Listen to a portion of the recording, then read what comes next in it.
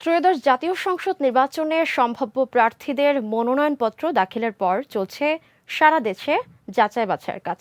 শনিবার সকাল ৯টা থেকে শুরু হয়ে যাচাই বাছাই চলে বিকাল ৩টা পর্যন্ত।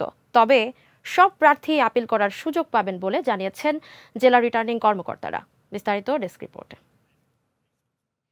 ত্রয়োদশ জাতীয় সংসদ নির্বাচনে সম্ভাব্য প্রার্থীদের মনোনয়নপত্র দাখিলের পর এখন চলছে যাচাই বাছাইয়ের কাজ। সকাল 10টা থেকে শুরু হয়ে এই কার্যক্রম চলে বিকেল 3টা পর্যন্ত। রাজশাহী 6টি সংসদীয় আসনে মনোনয়নপত্র তুলেছিলেন 56 জন প্রার্থী। এরই মধ্যে মনোনয়নপত্র জমা দিয়েছেন মাত্র 38 জন। এখন পর্যন্ত 4টি আসনের মনোনয়ন বাছাই শেষ হয়েছে। নানা অসঙ্গতি থাকায় বেশ কয়েকজন প্রার্থীর মনোনয়নপত্র বাতিল করেছেন জেলা রিটার্নিং কর্মকর্তা।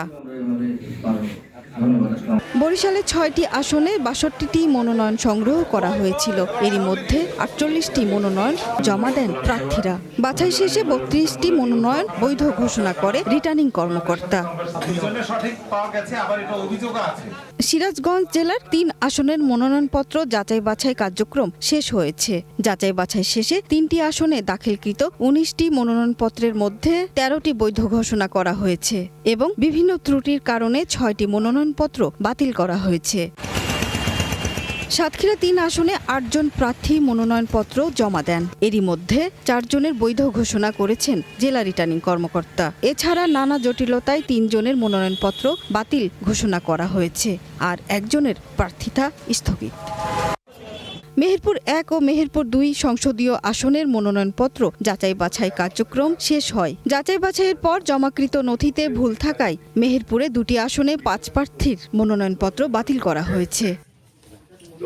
এদিকে ঠাকুরগাঁও 1 আসনের ধানের শীষের প্রার্থী মির্জা ফখরুল ইসলাম আলমগীরের মনোনয়নপত্র বৈধ সহ 3টি আসনে 17 জনের মনোনয়নপত্র বৈধ ঘোষণা করেছেন রিটার্নিং কর্মকর্তা।